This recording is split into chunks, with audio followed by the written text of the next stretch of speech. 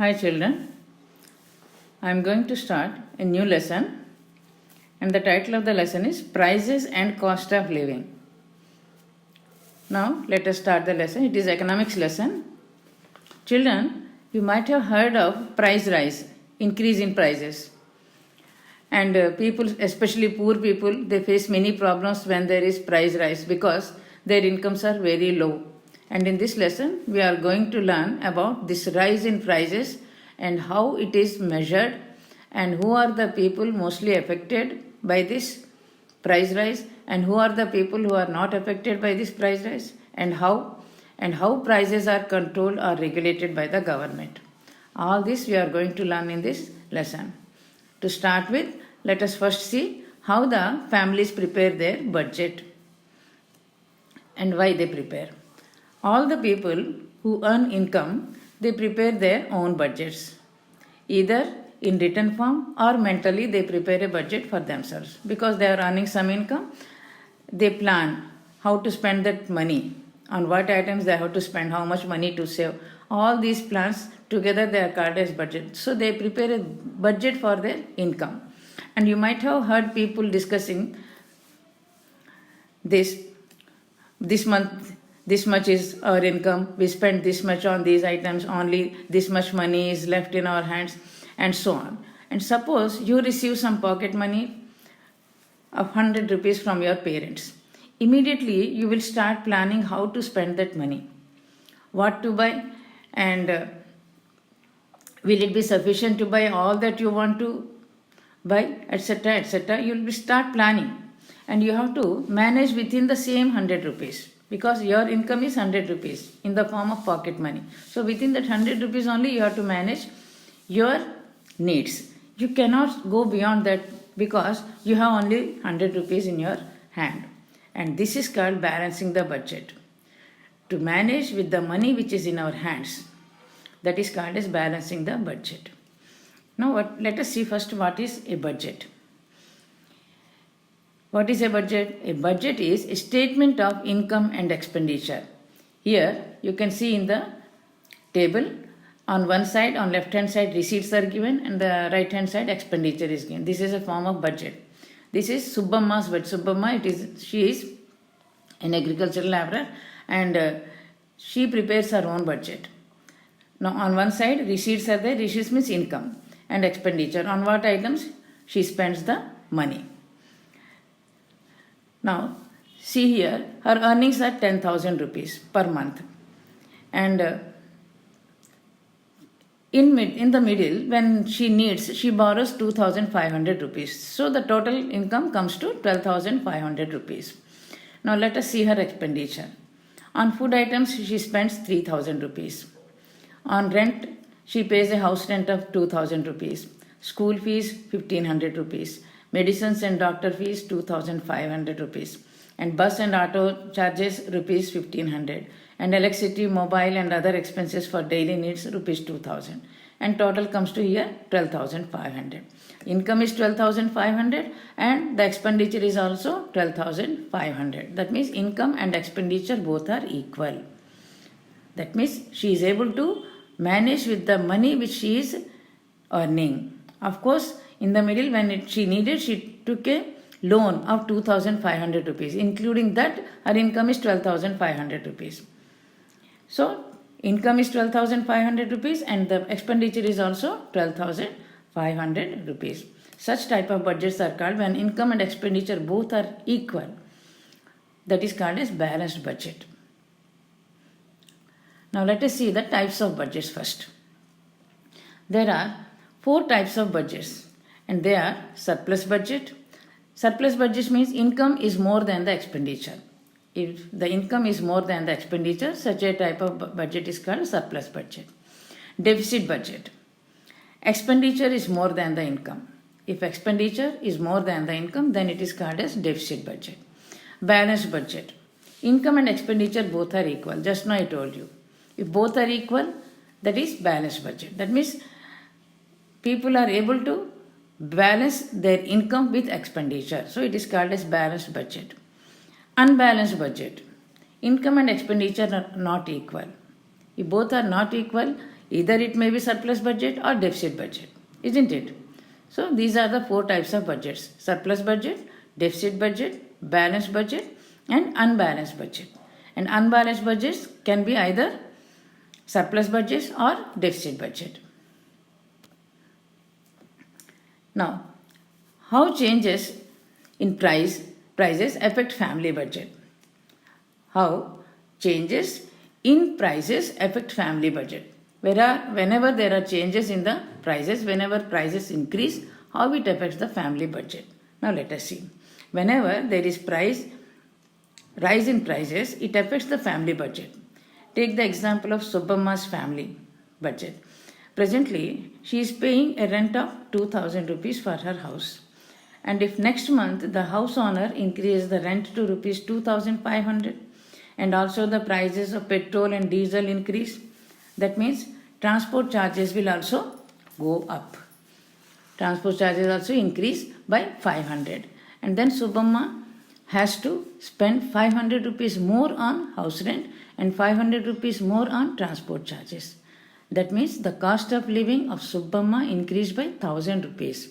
Previously, she used to spend 11,500, and now because of this increase in prices, she has to pay 12,500. By 1,000 rupees, her cost of living increased. Obviously, she cannot manage the situation unless her income increases. Unless her income increases, she cannot manage with her income. Suppose suddenly someone falls sick in the family. She has to spend 3,000 rupees for checkup and medicines. She has to borrow because she has limited amount in her money. Her income is limited. It is fixed. And she has to borrow from someone. And if it is money lender, she has to pay a higher rate of interest, which now becomes part of her expenditure. If she pays interest on the loan amount, that also comes under her expenditure in the budget. And it becomes very difficult for people like Subbamma to manage a situation of price rise as their incomes is very low and it cannot be increased. And their income cannot be increased because they are agricultural laborers and they are doing petty jobs, their income cannot be increased. Now, if people have their own savings in the bank, they can use that money towards extra expenditure. If their expenditure increases also, they can use those savings towards their extra expenditure. If they don't have any savings, they are forced to borrow. And if they borrow from friends and close relatives, the rate of interest may be very less or it may be zero also. But if they borrow from money lenders, the amount of loan plus high rate of interest, together it becomes a burden in the budget. Now, what can be done in such a situation? The income is low, it cannot be increased, and the expenditure is increasing. The cost of living is increasing, the prices are increasing. What can be done in such a situation? If the incomes are low and cannot be increased, there is only one alternative, that is to reduce their expenditure on some of the items. Whatever amount they are spending on certain items now, that expenditure must be reduced by them. On some of the items they have to reduce their expenditure. That means they have to reduce their consumption. Money spent on some food items can be reduced, or transport charges can be reduced. Number of trips of auto or these things, they can be reduced. And money spent on mobile recharging also can be reduced. Wherever it is possible, they can reduce their consumption. And if they cut many of their expenditures, they can adjust their expenditure to their income. They can balance the budget. Now, because the family has reduced their consumption of many goods, their standard of living declines. That means decreases. Standard of living means, what is the meaning of standard of living? It refers to the quality of material goods and services that ensures a comfortable life. To lead a comfortable life, we need certain quantity of material goods and services. And this quantity of material goods and services which ensure a comfortable life to us, that is called as standard of living. And that is to say that the family has to sacrifice some of its comforts to balance the family budget, because they are reducing their consumption now. Many of their needs they are reducing, they are sacrificing. So the family has to sacrifice some of its comforts to balance the family budget. Now let us see who are the people that are badly affected by price rise. Not all the people are affected by this increase in prices or inflation. This increase in prices is also called as inflation. By this inflation, all the people are not affected. Now let us see who are the people that are badly affected first. People who have fixed incomes, such as pensioners, that means their pension cannot be increased, or daily wage earners, manual workers, small vendors, those who provide their own services, workers in small companies and in private low income petty jobs. These people are badly affected by continuous rise in prices over a period. And this continuous rise in prices over a period is called as inflation. And these people's money income does not change. It cannot be increased. These are fixed incomes. These cannot be increased. When there is inflation, the income of these people does not increase. So they are forced to cut down their own consumption. That is the only way available for them. They are forced to cut down their consumption. And already their standard of living is very low because they have fixed incomes and they are poor people. Their standard of living is very low. And now because of inflation, they are reducing their consumption levels. On many items, they are reducing their expenditure. That means they are reducing their consumption. And this pushes them further into poverty. And people are always worried about the rise in prices because whenever prices increase, it affects their consumption. First, they have to cut down their consumption levels. So they are worried about rise in prices. And they have to pay more for everything. Whatever was available at a lower rate in the past, now it is costlier. So they have to pay more for everything. Petrol prices increase, bus and auto fares increase, price of groceries, vegetables, milk, everything. All the essential items are increased. Prices of all the essential items are increased. Even the doctors increase their fees. So people have to pay more and more when there is a rise in prices. And if people receive fixed incomes, that means their income may not be increased whenever there is price rise. And they cannot buy the same quantity of goods as before, as there is rise in prices. Whatever quantity of goods they were purchasing before, they cannot purchase now with the same amount because the prices are increased. As a result, they have to reduce their consumption and spend less on these goods and services. And this badly affects their standard of living. Now let us see some of the important definitions. Inflation. Inflation means rise in price levels of essential goods over a period of time. And standard of living means it refers to the quantity of material, goods and services that ensures a comfortable life. For leading a comfortable life, we need a certain quantity of material, goods and services. And that is called as standard of living. Cost of living. Increase in prices of all the goods and services, including house rents, petroleum, diesel, etc. That is called as cost of living. And if cost of living increases, the standard of living decreases and vice versa. And if the cost of living decreases, the standard of living increases. Now, standard of living differs from one type of family to another type of family, from one type of profession to another type of profession. Different people have different food habits, different consumption levels. So, this standard of living differs from one person to another person, one family to another family, and from one type of profession to another type of profession, from one income group to another. Poor people, their consumption is different from the consumption of rich people. And from one country to another country also, this standard of living differs. For example, having a car, television and mobile phone may not be considered as a high standard of living in countries like USA because they are must there. They need it. But people owning these things in India would certainly be considered as people having better standard of living. If we have a car in India, that means we are maintaining a better standard of living in India. We have a car, we have a mobile phone. All these are indicators of better standard of living. But in USA, it is a need. They need a car, they need a mobile phone for everything, computer. So this standard of living differs from one family to another family, one country to another country, and from one income group to another income group also the standard of living differs. Now, who are the people that are not affected by rising prices? Now let us see. Not everyone is affected by rising prices. For some groups, this rise in price levels is compensated by the government. Now let us see how it is compensated. Not all the time by the government, it is compensated in some way. Now let us see. People working in central and state government offices. Those who are working in government offices and in some organizations, they get an additional payment called dearness allowance. Whenever there is price rise, then the government increases the dearness allowance paid to the government officials. You might be knowing the salary of the government officials, like working in central or state government, it is given like basic pay plus DA plus HRA plus other allowances.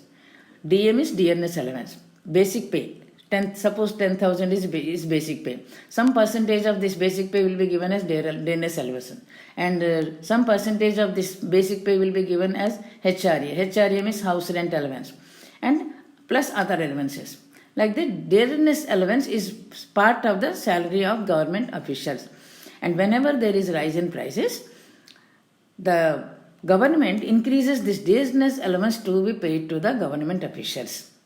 So their salary also increases because the government now pays them more DA, and therefore their income also increases along with inflation, and they can manage with that increased income. So they are not affected. People doing business activities, they are also not affected because they recover the higher cost of living by increasing the prices of goods they sell. Suppose people are selling something. If the price of sugar increases, the mithai wala or the sweet shops, they will increase the prices of sweets. It makes no difference for them. And the chai wala, he will increase the price of a cup of tea. In the same way, people providing services. Some people provide their own personal services, such as dry cleaners, barbers, lawyers, doctors. And these people who provide their own services, they increase their fees whenever prices increase.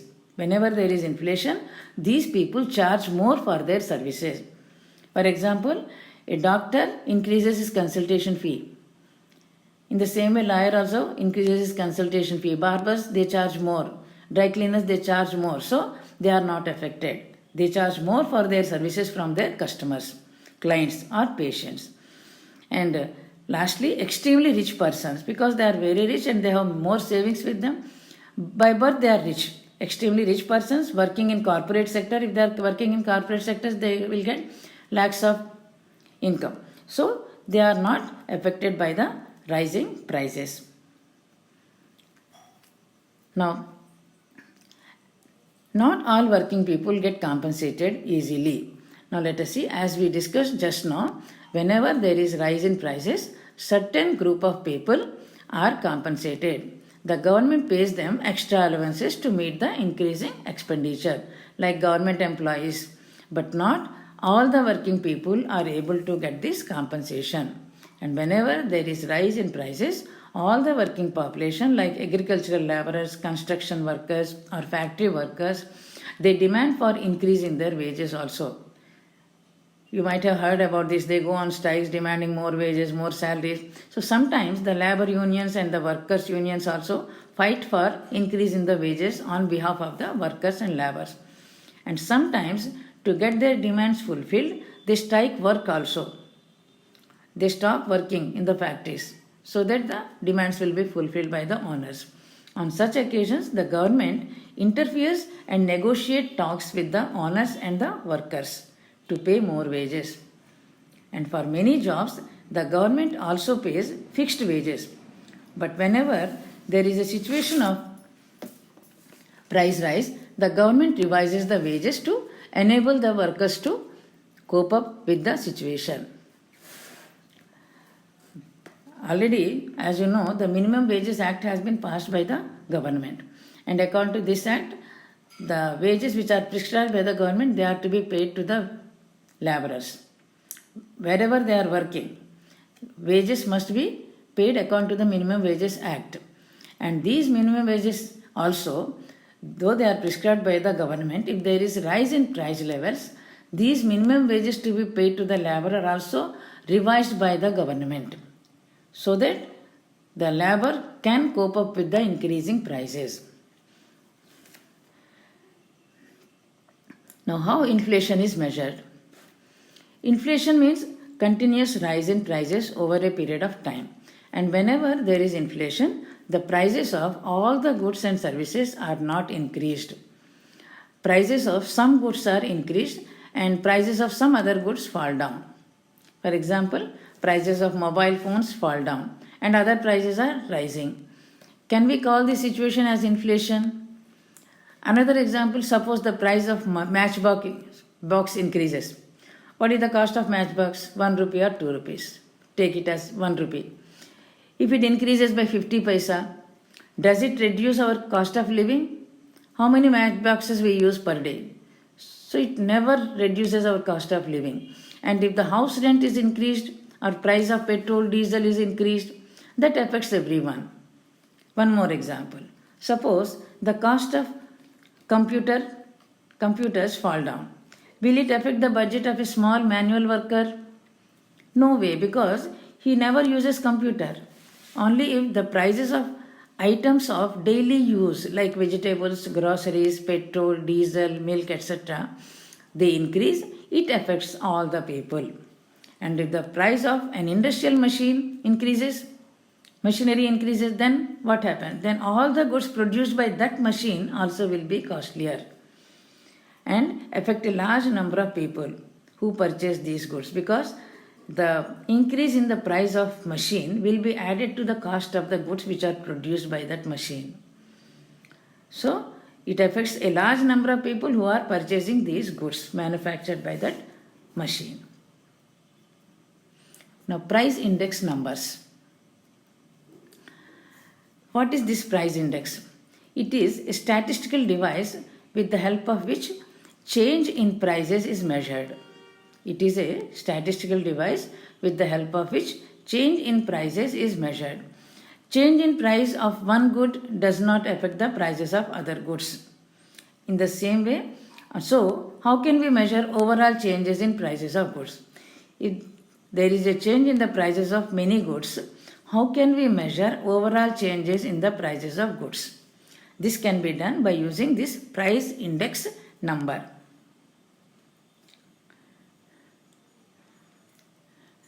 Now let us see how this price index number is constructed. First, we have to take one base year. Here in this table, the base year is 2005-2006 is taken as base year. And suppose the average price of all the goods together, some of the items, all the goods and services during this year is 100 rupees. Take it as 100 rupees. All the needy goods, they are 100 rupees in total. And if on an average, all the prices of selected goods and services rise by 25%. First, in the initial year, that is in the base year 2005-2006, the prices of all the goods together, it is 100. Take it as 100 rupees only. It will be easy to understand. And if these goods increase by 25% over the previous year, the cost of all these goods increase by 25% over the previous year. Then the price index for the second year will be, second year is 2006-2007, and the price index will be 125, because previously it was 100 rupees, now it is increasing by 25%, so it will be 125. And if next year also these prices rise by 20% over the previous year, previous year means on 125 rupees we have to calculate. If next year also these prices rise by 20% over the previous year, the price index in 2007-2008 will be 150 rupees. That is 20% of 125 plus 25 is equal to 150. And this is how we have to make a price index. What is this price index? It is a statistical device which measures the changes in the prices of goods. Now, index numbers, price index number, it tells us about changes in the sum total of a set of items over time. And they only compare these total items in 1 year with the same items in another year. Same items in 1 year and the next year also they are compared. And in this way, the price index number shows the percentage change in the prices of a set of goods. For example, just now I told you, in the base year it is 100 rupees. Next year it increased by 25%. That is 125 rupees.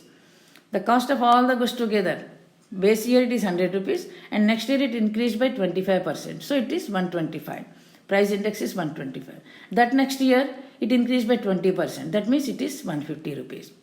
Like that, on the same item of goods from one time period to another. For instance, we can compare what has happened to our household budget this year or this month. Like this, if we prepare the price index number for our family budget, we can compare. Suppose every month we are preparing this price index number. This price index number, we can compare our expenditure this month with that of previous month. In the same way, the difference of price level of the 2 years, suppose there is difference between the previous year's expenditure and the previous month's expenditure and this month's expenditure. That shows by how much percentage prices have increased. We can know how the prices are increased. And it can also be used to compare the price level in one place to another place. Suppose the prices in Andhra Pradesh can be compared with the prices in Karnataka or Maharashtra or Tamil Nadu. Because these price index numbers are prepared by all the states. And what are the price levels in Andhra Pradesh? They can be compared with that of Karnataka and Maharashtra also by seeing to this price index number. That is the use of these price index numbers. And since there are thousands of goods and services in the economy, we are not using one or two goods. There are thousands of goods. So we have to choose which goods are to be included in the price index.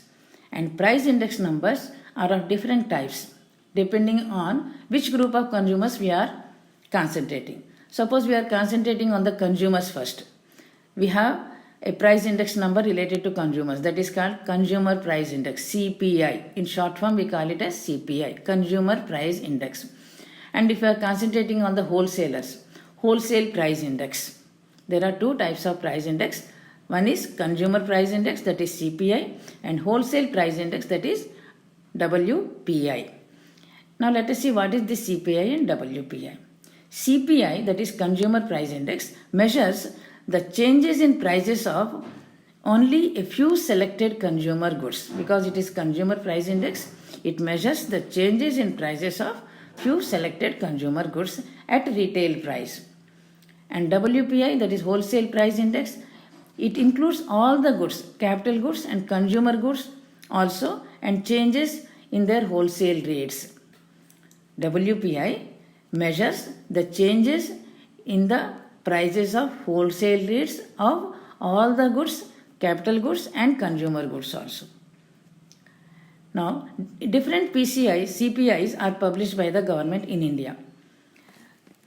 That is to say, CPI for industrial workers, different CPIs for each group of people. CPI for urban non-manual employees, CPI for agricultural laborers.